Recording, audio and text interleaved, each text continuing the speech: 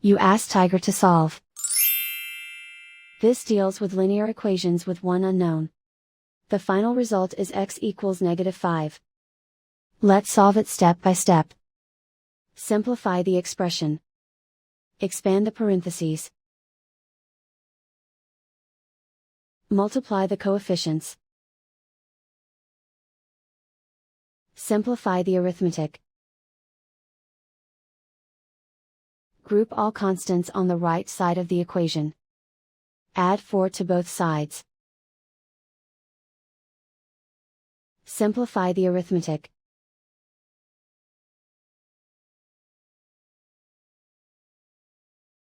Isolate the x. Divide both sides by 16. Simplify the fraction. Find the greatest common factor of the numerator and denominator. Factor out and cancel the greatest common factor.